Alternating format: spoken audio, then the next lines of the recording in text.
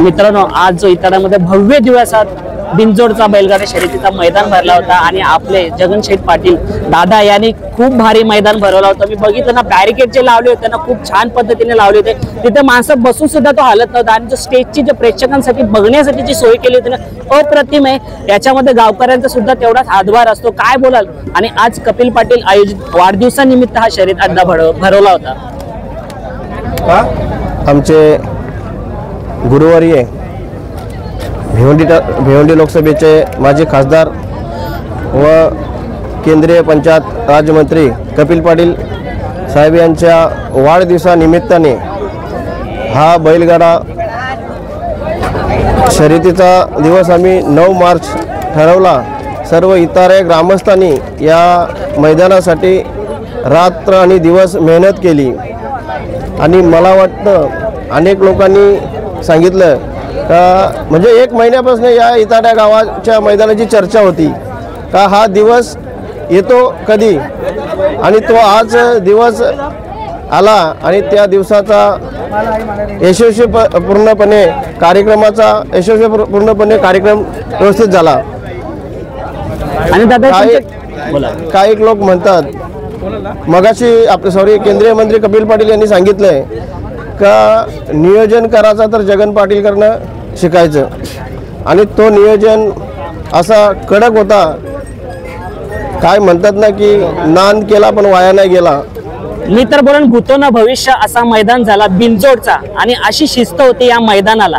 आणि दुसरी गोष्ट म्हणजे तुमच्या डोक्यात कसं काला लकी ड्रॉची ही आयडिया कशी काय सुचली? तुम्ही माझे नातेवाईक आहेत, म्हणजे मेवणे लागतात माझ्या मित्राचे मेवणे, म्हणजे माझे मेवणे आहेत तुम्ही। मी कुठल्याही गोष्टीचं नियोजन करताना कोणाकडनं आयडिया घेत नाही, मी स्वतःचा दिमाग लढवतो आणि त्या पद्धतीने मी करत असतो। भले तो आपल्या मंडपवाला का नाही असं मी त्याला सांगतो इथं अशीच वस्तू लागली पाहिजे, तर ते कसं व्हायचं ते मी माझ्या पद्धतीने करत असतो डेली।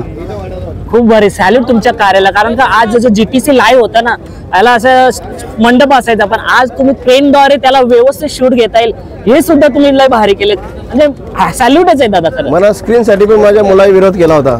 मी त्याला सांगितलं ही इथंच शोभेल, ती दुसऱ्या कुठे शोभणारच नाही।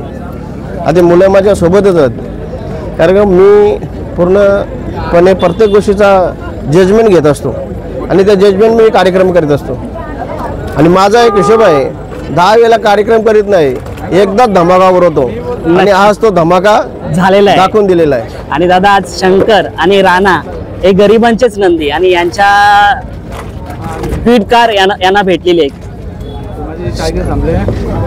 मला तर शंकर आणि नंदी म्हणजे आपले देवाचे अवतारच आहेत।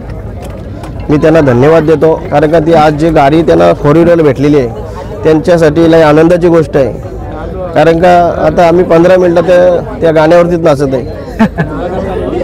दादा जाता जाता एकच विनंती आहे माझी तुम्हाला, मी बिनजोडचे मैदान करत असतो, आम्ही मुलाखती घेत असतो, मैदान सुद्धा उसाटण्यासारखे असे भरपूर चांगली मैदान होतात। तर माझी इच्छा आहे की इताडे मैदान हा 1-2दाच का वर्षातून हा वारंवार होत राहावा, याची काय संकल्पना आहे का? नाही, इताडा मैदान हा मला तर पर हप्त्याला होणार, पण मी तो होऊन देत नाही। मी माझ्या मुलाला सांगत असतो, आमचे गुरुनाथ पाटील आहेत ना, तो काय करते प्रत्येक मुलाला ठिंगली मारित असतो, पण मला माहिती आहे कंट्रोल कसा करायचा, शुगरला कुठली गोळी दिली पाहिजे, तर मी बरोबर करत असतो।